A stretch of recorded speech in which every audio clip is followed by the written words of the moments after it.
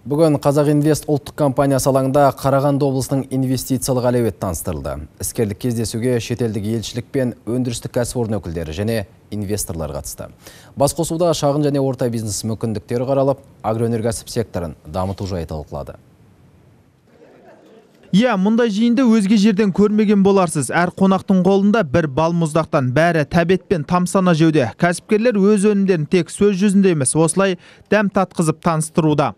Қарағанды аймағында дәл осы балмұздақ секілді дамытуға болатын өзге кәсіп түрлері де жеткілікті. Жиын аясында 70-ге тарта жоба таныстырылды. Жергілікті биліктің мақсаты жақын жылдары облыста фармацевтикалық кластер қалыптастыру.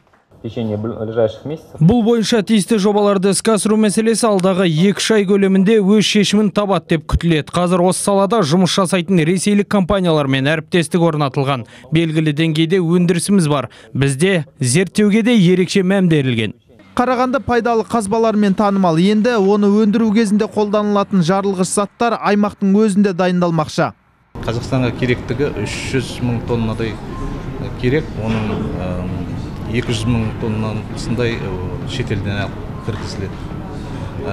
Бұндай завод бұлдай технологиямен Қазақстанда бірінші рет. Құбыр электр желілері, құрылыс материалдары. Қарағандыда қазір іске асырылып жатқан және енді іске асырылмақ жобалар реті осылай жалғаса береді. Себебі аймақта логистикалық қызмет жақсы жолға қойылған. Оған қоса, облыста 1,5 миллион тұтынушы бар. Бұл да инвесторларды қызықтыратын маңызды фактор. Ердәулет Байдуллаев, Серік Қоңырбаев, қорытынды жаңалықтар.